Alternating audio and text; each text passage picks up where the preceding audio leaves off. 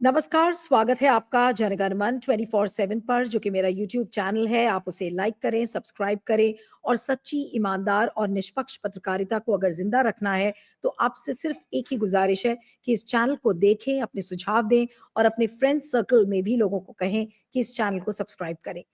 अब बात करते हैं महाराष्ट्र चुनाव की। बहुत कम समय बचा हुआ है, 20 तारीख को वोटिंग है, लेकिन जो अभी यथास्थिति है, उसके बेसिस पर मैं आपको कुछ फैक्ट्स बताना चाह रही हूँ कि बीजेपी के लिए या फिर महायुति के लिए इस बार का महाराष्ट्र चुनाव इतना मुश्किल क्यों है और उसके कुछ मुख्य 3-4 कारण मैं आपको बताऊंगी। बहुत ज्यादा समय नहीं लूंगी, कम शब्दों में आपको मैं बताना चाहूंगी कि इस बार बीजेपी के लिए क्या मुश्किलें हैं। पहला पॉइंट तो सबसे बड़ा ये है कि मराठी वर्सेस गुजराती का जो सेंटिमेंट है, वो इस बार बहुत ज्यादा सिर चढ़कर बोल रहा है। महाराष्ट्र के लोगों को लग रहा है कि देखिए, महाराष्ट्र के जितने प्रोजेक्ट्स थे वो गुजरात को दे दिए गए, महाराष्ट्र के साथ सौतेला व्यवहार किया गया है और जिस तरीके से मोदी और शाह साहब ने जितनी भी फॉरेन कंपनीज थी उनको बजाय महाराष्ट्र के उन्होंने डाइवर्ट कर दिया गुजरात में, तो इसको लेकर लोगों को बहुत गुस्सा है।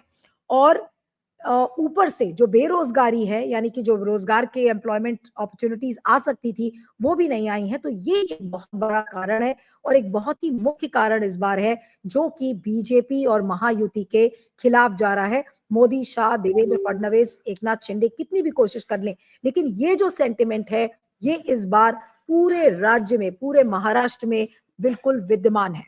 अब दूसरा कारण मैं आपको बताती हूँ। दूसरा ये है कि जितने भी मराठी लोग हैं, महाराष्ट्रियंस हैं, उनको ये लग रहा है कि इस बार मोदी और शाह साहब ने जो दो उनकी चहेती रीजनल पार्टीज थी, जो दो चहेती क्षेत्रीय दल थे, एक शिवसेना जो उद्धव ठाकरे की थी और दूसरी एनसीपी, इन दोनों पार्टीज को तोड़ दिया गया है। और जिस तरीके का अपमान और जिस तरीके का ह्यूमिलिएशन शरद पवार और उद्धव ठाकरे को झेलना पड़ा है, तो महाराष्ट्र की जनता को लग रहा है कि ये जो समय है, ये बदला लेने का समय है। और महाराष्ट्र की बहुत भारी संख्या में ये जनता कुछ ऐसा ही सोच रही है कि इस बार बदला लेकर महायुति को हराना है, बदला लेकर बीजेपी को हराना है, बदला लेकर मोदी और शाह की जो राजनीति है उसको परास्त करना है, क्योंकि उनको लगता है कि जो उनकी चहेती, जो उनकी अपने क्षेत्रीय दल थे, उनके साथ धोखा हुआ है और उनके पीठ में छुरा भोंका गया है। तो ये एक बहुत बड़ा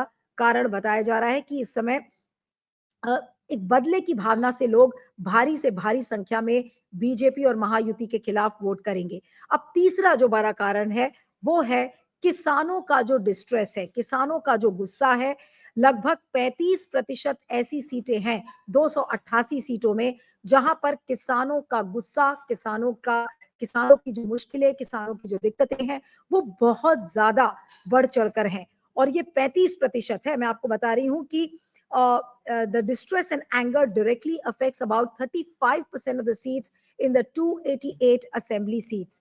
और जो इनकम्बेंट गवर्नमेंट है, जो भी जो मौजूदा सरकार है, वो उसके लिए सर्वाइव करना ऐसी हालत में बहुत मुश्किल है। 35% अगर सीटें हैं जो किसानों से जुड़ी हुई हैं, किसानों की दिक्कतों से जुड़ी हुई हैं, और अगर उनको लगता है कि किसानों की नहीं सुनी है सरकार ने, तो आप ये समझिए कि 35% सीट अगर 288 सीटों में, वहां पर वो लोग बीजेपी के और महायुति के खिलाफ वोट देने के लिए तैयार हैं।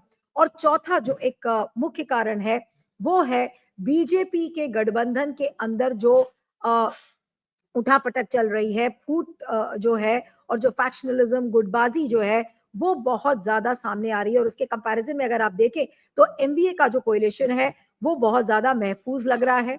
और उनके बीच में ऐसा नहीं कि डिफरेंसेस नहीं है, लेकिन डिफरेंसेस या तो बहुत टॉप लेवल पर है और या तो फिर लोअर लेवल पर है। लेकिन जो एक यूनिफाइड जो एक कैंपेन है, वो उनका दिख रहा है एमबीए का। और अगर आप उसकी तुलना अगर महायुति से करेंगे, तो आपको लगेगा कि महायुति का कैंपेन कहीं जाता हुआ नजर नहीं आ रहा है।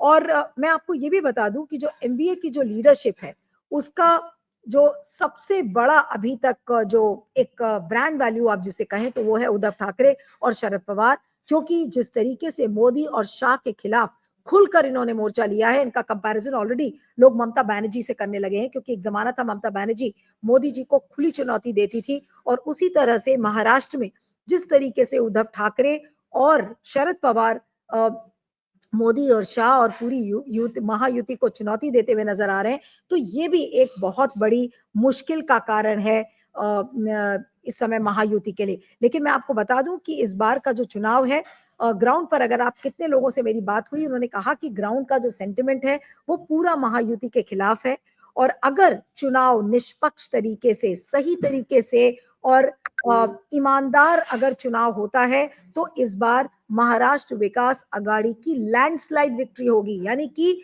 सुपड़ा साफ बीजेपी का हो सकता है। एक ऐसी स्थिति आपको दिख रही है और मैं आपको बता दूं कि बीजेपी के एमएलएस की क्या हालत है। बीजेपी के एक एमएलए है हरीश पिंपले और उन्होंने कैंपेनिंग करते वक्त ये कहा कि भाई देखिए मैंने तो बहुत पैसे बना लिए हैं और मेरे जेब में तो इतने पैसे आ चुके हैं कि मेरा जो कैलकुलेटर है वो कैलकुलेट नहीं कर सकता है, तो प्लीज आप मुझे वोट दें और अब मेरे परिवार से मेरे को कोई लेना देना नहीं है, लेकिन मैं आपके लिए काम करूंगा। तो ये बीजेपी का कैंपेन है और इसी तरीके की कुछ-कुछ आवाजें बीजेपी के और भी नेताओं की हैं। और मैं अगर रैलीज़ की बात करूँ, तो रैलीज़ में भी अगर आप देखें तो मोदी जी की कितनी रैलीज़ थी जहाँ पर खाली कुर्सियाँ पड़ी हुई हैं। मोदी जी को और बीजेपी के नेताओं को कोई सुनने वाला नहीं है। और मेरी तो कुछ बीजेपी के नेताओं से मेरी खुद बात हुई जिन्होंने ऑफ द रिकॉर्ड कहा कि अगर प्रधानमंत्री मोदी, योगी आदित्यनाथ और जेपी नड्डा अगर आकर कैंपेन करेंगे, तो फिर जितनी सीटों पर वो कैंपेन करेंगे, जितनी जगह वो जाएँगे, उतनी सीटें महायुति की कम होती हुई नज़र आएँगी। ये खुद बीजेपी के नेता बोलते हुए नज़र आ रहे हैं। तो आप ये सोच सकते हैं कि ग्राउंड पर जो यथास्थिति है महाराष्ट्र चुनाव की, वो यही है। और ये यथास्थिति मैं आपको आज 16 तारीख है, ठीक 4 दिन पहले इस यथास्थिति के बारे में मैं आपको बता रही हूँ। तो आप उससे अंदाज़ा लगा सकते हैं कि इस बार महाराष्ट्र विकास अघाड़ी की कितनी बड़ी जीत हो सकती है। लेकिन उसकी शर्त यह है कि चुनाव ईमानदार हो, निष्पक्ष हो और ईमानदारी से अगर कराया हुआ अगर चुनाव होगा, तो इस बार उद्धव ठाकरे की सरकार बनने से कोई नहीं रोक सकता। यानी कि अब मुख्यमंत्री कौन होगा इसको लेकर तो नहीं पता है, लेकिन इस बार महाविकास अघाड़ी की सरकार ज़रूर बनेगी। जैसा मैंने आपको कहा कि उद्धव ठाकरे और शरद पवार के साथ जो सिंपैथी है, वो सिंपैथी बहुत सारे सीटों पर है और लोगों को यही लग रहा है कि उनके जो लोकप्रिय 2 क्षेत्रीय दल थे जो मराठाओं के हित की बात सोचते थे, आज उन्हीं के पीठ में छुरा भोग दिया गया है, तो फिर बाकी जनता के साथ क्या होगा? तो ये जो फीलिंग है, ये बहुत ज़्यादा इस समय बढ़ चढ़कर सामने आ रही है। तो ये जो ग्राउंड सिटी और जो मैंने आपको 4 फैक्टर्स बताए, ये मुख्य कारण है कि बीजेपी महाराष्ट्र का चुनाव क्यों हारेगी।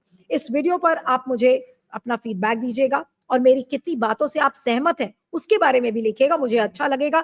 अगर आप मेरी आलोचना भी करते हैं, तो मैं उस आलोचना का भी स्वागत करूँगी, लेकिन आपके सुझाव मेरे लिए बहुत कीमती हैं, इसलिए बने रहिएगा मेरे साथ इसी चैनल पर जनगण मन 24/7 पर। Thank you.